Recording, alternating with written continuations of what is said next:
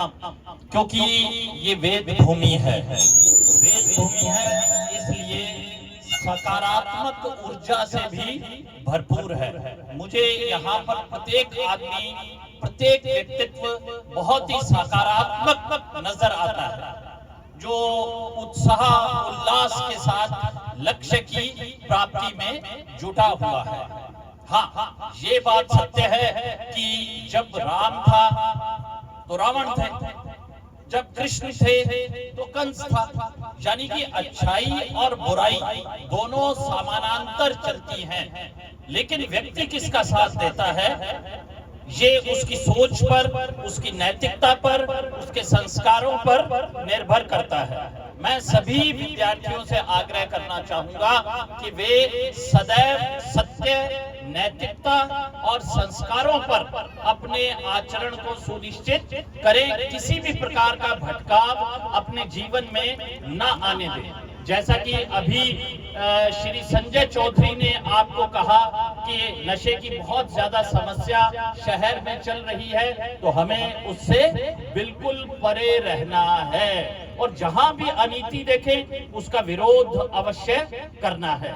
आप अच्छी तरह से जानते हैं, महाभारत का दौर था और दुशासन जो है वो अपनी बुरी हरकत पर था और द्रौपदी का चीर हरण कर रहा था।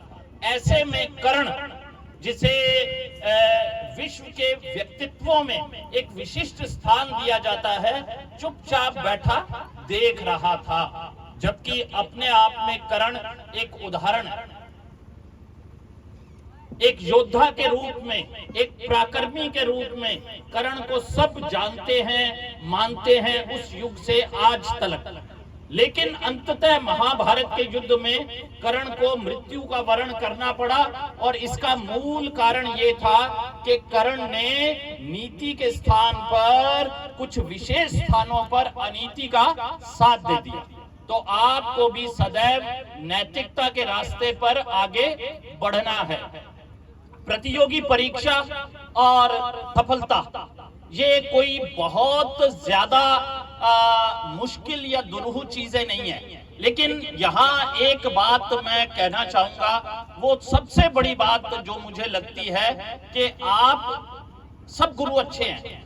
प्रत्येक गुरु ये चाहता है कि उसका शिष्य सफलता प्राप्त करे। धरती पर कोई ऐसा गुरु नहीं होगा जो ये चाहे कि उसके चेला जी सफल नहीं होने चाहिए। तो इसलिए गुरु तो प्रत्येक अच्छा है, लेकिन आपको यानी कि शिष्य को अपने गुरु में श्रद्धा रखनी होगी, विश्वास रखना होगा।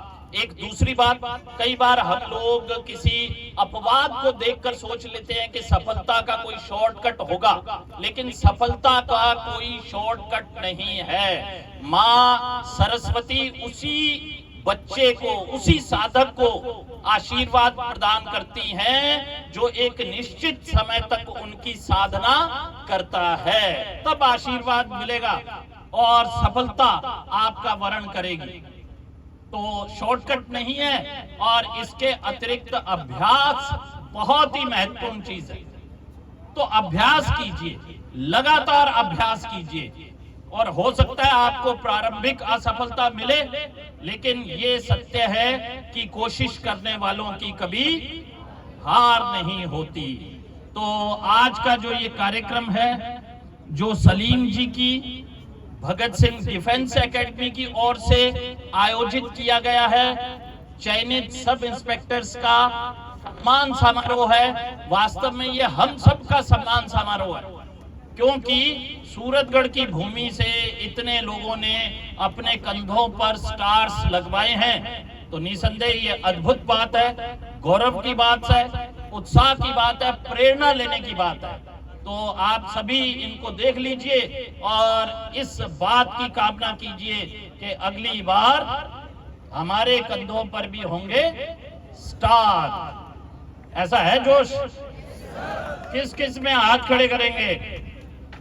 तो ढेर सारी शुभकामनाएं, सलीम जी को भी बधाइयां। भारत माता की जय हिंद, जय भारत, जय राजस्थान।